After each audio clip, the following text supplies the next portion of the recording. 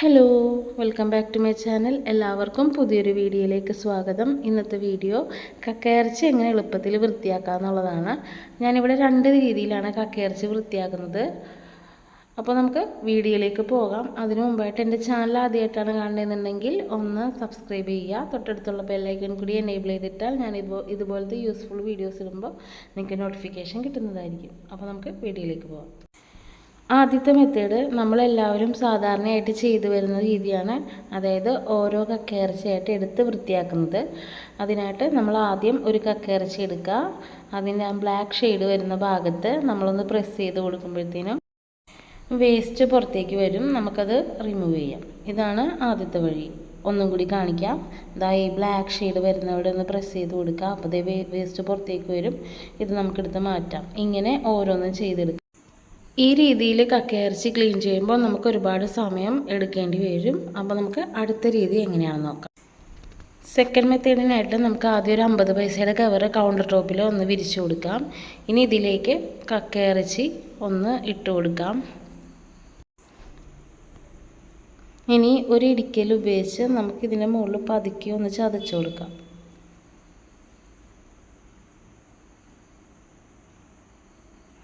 ചതച്ചതിന് ശേഷം നിങ്ങൾ കാണുന്നുണ്ടാവും ഓരോ കക്കയിറച്ചിയുടെ ഉള്ളിൽ നിന്നും വേസ്റ്റ് പുറത്തേക്ക് വന്ന് നിൽപ്പുണ്ട്.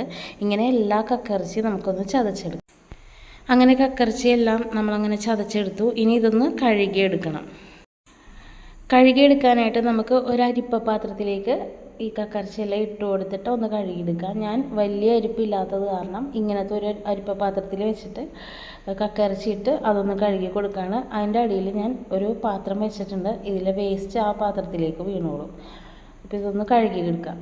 ഒന്ന് നല്ല രീതിയിലൊന്ന് തിരുമ്മി കഴുകിയെടുക്കാം. ഉരച്ച് തിരുമ്മി ഒന്ന് കഴുകിയെടുക്കാം. ഇനി കഴുകിയതിന് ശേഷം നമുക്ക് ഈ വെള്ളം ഒന്ന് ഊറ്റി നോക്കാം.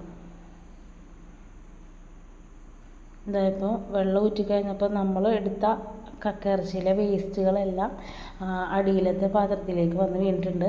അപ്പോൾ ഇത്രയും വേസ്റ്റ് നമുക്ക് കിട്ടി.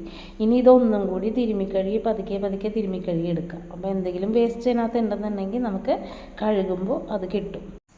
ഇങ്ങനെ ഒരു 3-4 പ്രാവശ്യം നമുക്കൊന്ന് കഴുകിയെടുക്കാം.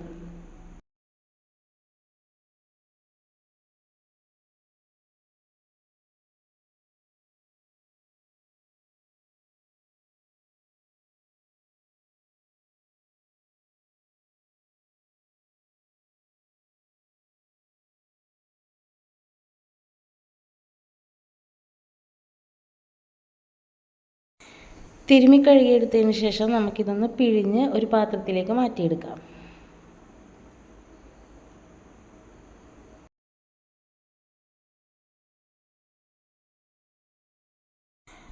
കക്കയിറച്ചി ഇവിടെ ക്ലീനായിട്ട് കിട്ടിയിട്ടുണ്ട്. വീഡിയോ എല്ലാവർക്കും ഇഷ്ടമായെന്ന് വിചാരിക്കുന്നു. വീഡിയോ ഇഷ്ടമായാലും എല്ലാവരും ലൈക്ക് ചെയ്യണം.